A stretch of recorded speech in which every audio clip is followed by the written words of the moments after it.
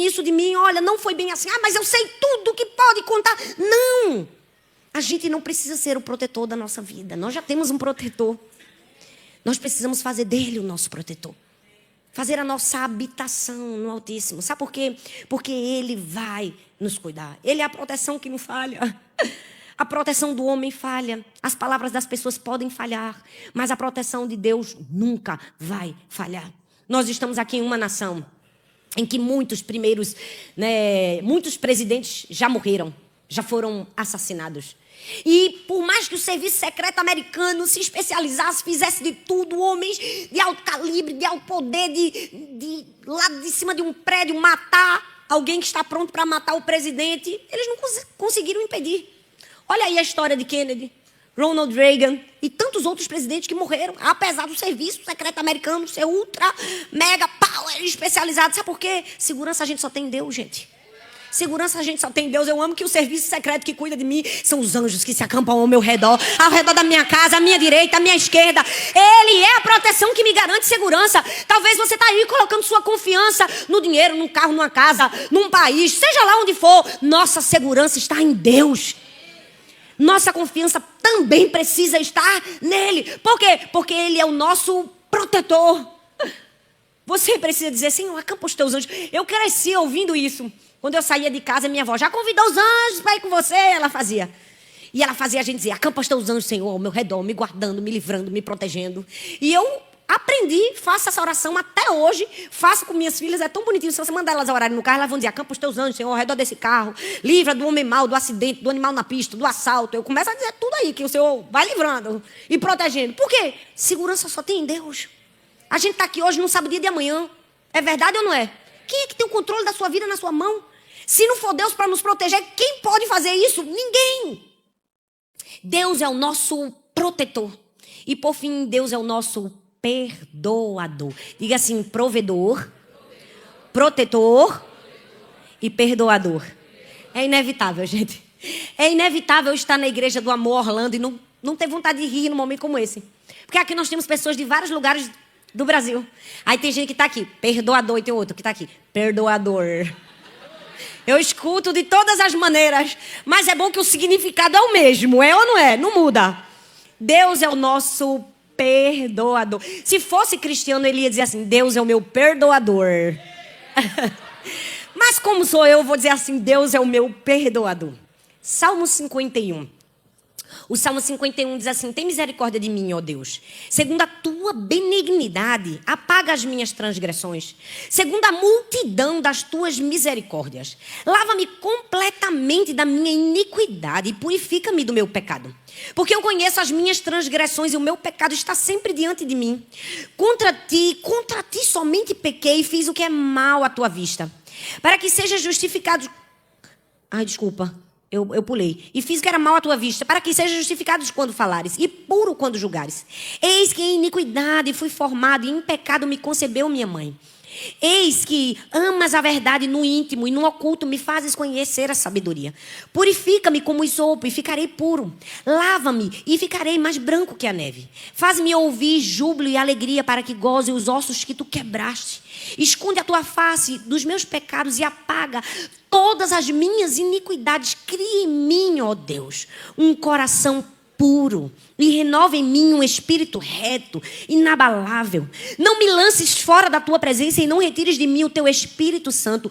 Torna a dar-me a alegria da tua salvação e sustém-me com um espírito voluntário. Então ensinarei aos transgressores os teus caminhos e os pecadores a ti se converterão. Livra-me dos crimes de sangue, ó Deus, da minha salvação. E a minha língua louvará altamente a tua justiça. Abre, Senhor, os meus lábios e a minha boca entoará o teu louvor. Pois não desejas sacrifícios, senão eu os daria. Tu não te deleitas em holocaustos. Os sacrifícios para Deus são um espírito quebrantado e um coração quebrantado e contrito. Não desprezarás, ó Deus.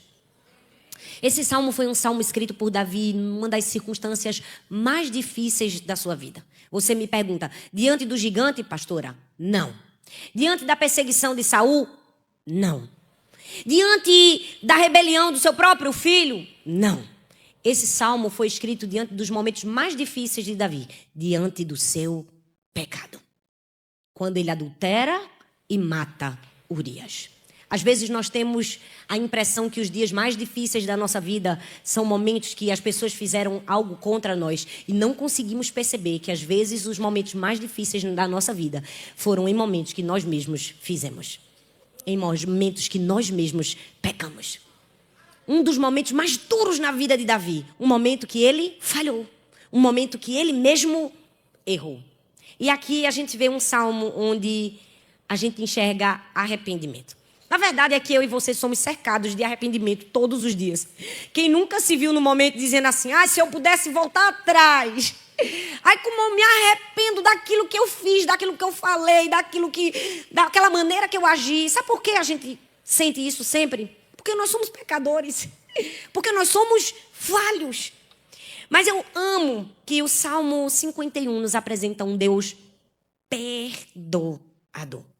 Ele é um dos poucos salmos que identificam logo ali no começo a origem histórica, o momento em que ele foi escrito.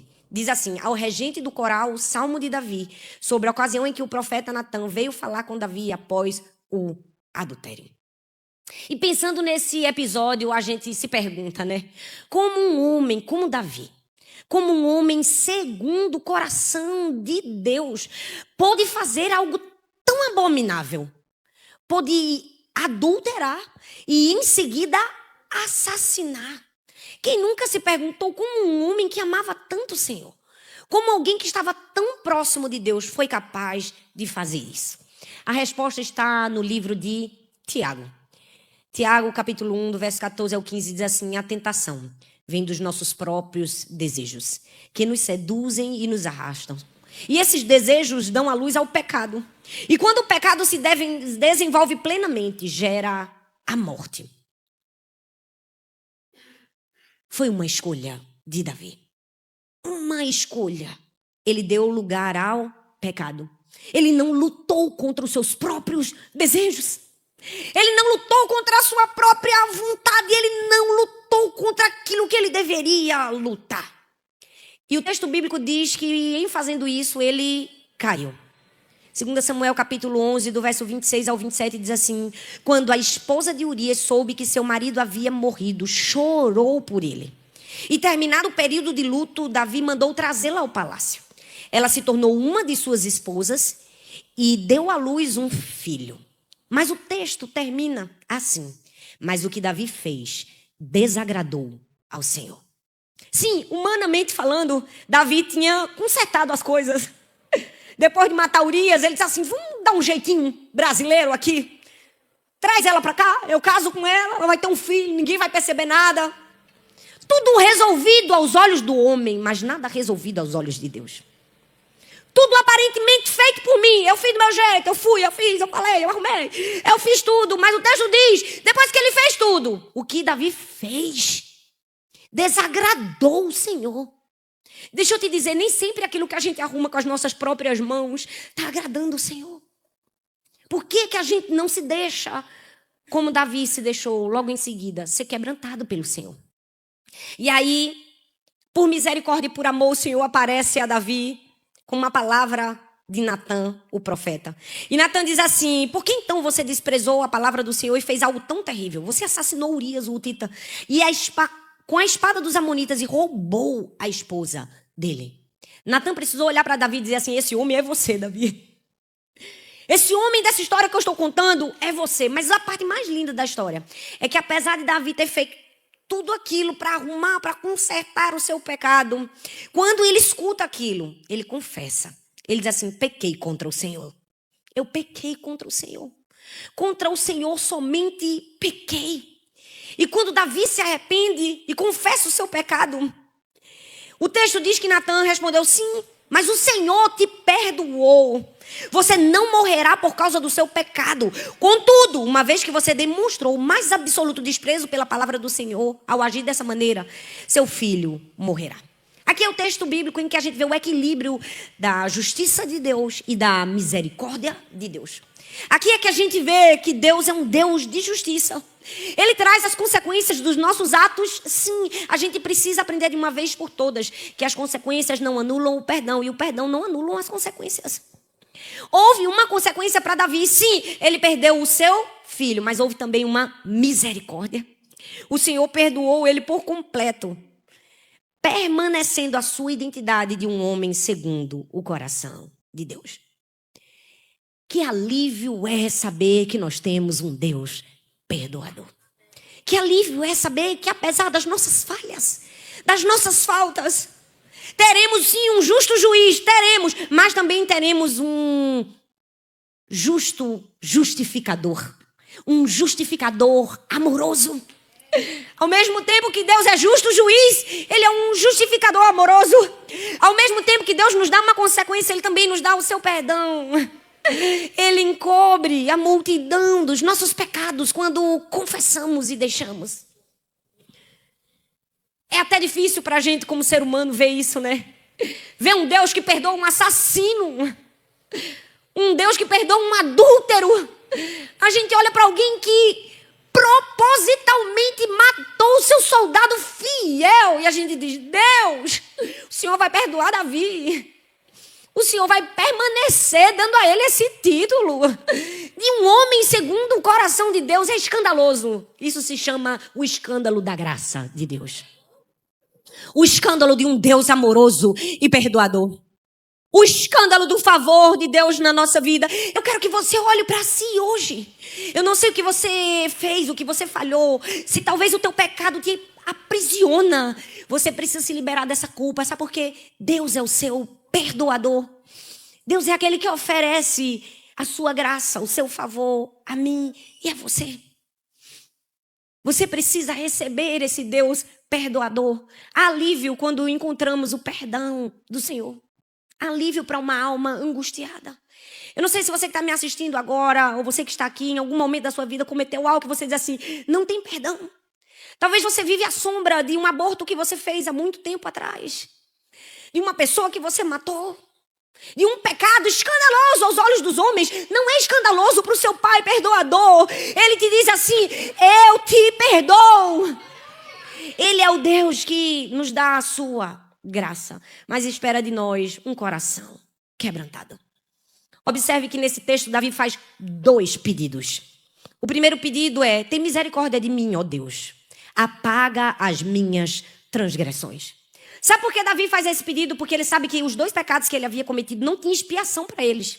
O resultado era morte, para o adultério e para o assassino. Ele sabia que não existia perdão, então ele tinha que apelar para quê? Para a misericórdia de Deus. Ele diz assim, tem misericórdia de mim, ó Deus, e apaga as minhas transgressões. Hoje eu quero convidar você que está aflito, angustiado, a ir até Deus como seu perdoador e dizer, tem misericórdia de mim, ó Deus, e apaga as minhas transgressões. Que transgressões que eu não sei? Se você não sabe, aí você está em problemas. Porque o maior problema do ser humano é olhar para si e não achar um problema. Se você tem um problema, é quando você olha para si e não conseguiu identificar esse problema, aí você está de fato em problemas. Nós precisamos olhar para dentro do nosso coração, do coração enganoso do homem, e dizer, tem misericórdia de mim, ó Deus.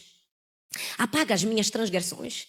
O segundo pedido de Davi foi, lava-me completamente da minha iniquidade. Ele pede a Deus que desse um banho na alma dele. Purificasse, lavasse, limpasse. Davi se colocou numa posição de tanto quebrantamento que era impossível para Deus rejeitar. Sabe, é assim que a gente precisa chegar diante de Deus. Como uma ovelhinha, sabe? Como uma ovelhinha que depende do Senhor para achar comida, para achar água, para andar, para encontrar o lugar certo. Dependência. Do Deus provedor. Não é o braço da nossa carne que nos dá sustento, salário. Não, nada disso. A gente precisa chegar diante de Deus como uma ovelhinha, num Deus provedor. A gente precisa chegar diante de Deus como alguém que está ali, talvez, com medo, com inseguranças, no meio de uma tempestade, sabendo, não importa a tempestade que eu estou, se eu estou abrigada no Altíssimo, eu tenho proteção. Você precisa olhar para Deus como o serviço secreto da sua vida. Aquele que quando todos estiverem te acusando, Ele está te defendendo. Quando todos estiverem dizendo palavras contrárias a seu respeito, você pode confiar no escudo e na proteção de Deus. E por fim, você precisa olhar para Deus como seu perdoador. Como aquele que, apesar de você, apesar das suas falhas, é aquele que te perdoa. Mas ele perdoa aquele que tem um coração quebrantado. Eu não sei você, mas como mães, às vezes é difícil, né? Toda hora tá corrigindo os filhos, toda hora. A gente fala o tempo todo, não come isso, menino, não come isso. Parece que ele come, né? Mas eu não sei se você já experimentou uma situação como essa, do seu filho ter quebrado um vaso caro na sua casa, ter mexido numa coisa que não era para mexer. E se você perguntou, quem quebrou esse vaso? E fica, eu não fui. Parece que a ira da mãe aumenta. Aumenta ou não aumenta? Aumenta. Vai aumentando, foi fulano, foi ciclano, vai aumentando a raiva. Mas quando a gente diz assim, quem quebrou esse vaso? E a criança diz, foi eu, mamãe, me perdoa, mamãe. Parece que abranda o coração da gente. É assim com o Senhor. Quando a gente se chega diante de Deus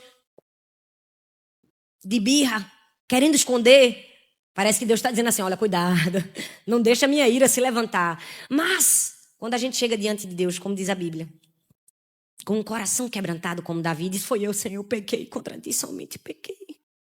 É impossível de ser resistido. Sabe, o filho de Davi com Batseba morreu, mas o perdão de Deus, não. Houve consequência, sim, mas houve também perdão. E a prova do favor e do amor e do perdão de Deus na vida de Davi foi que daquela mulher ele gerou Salomão.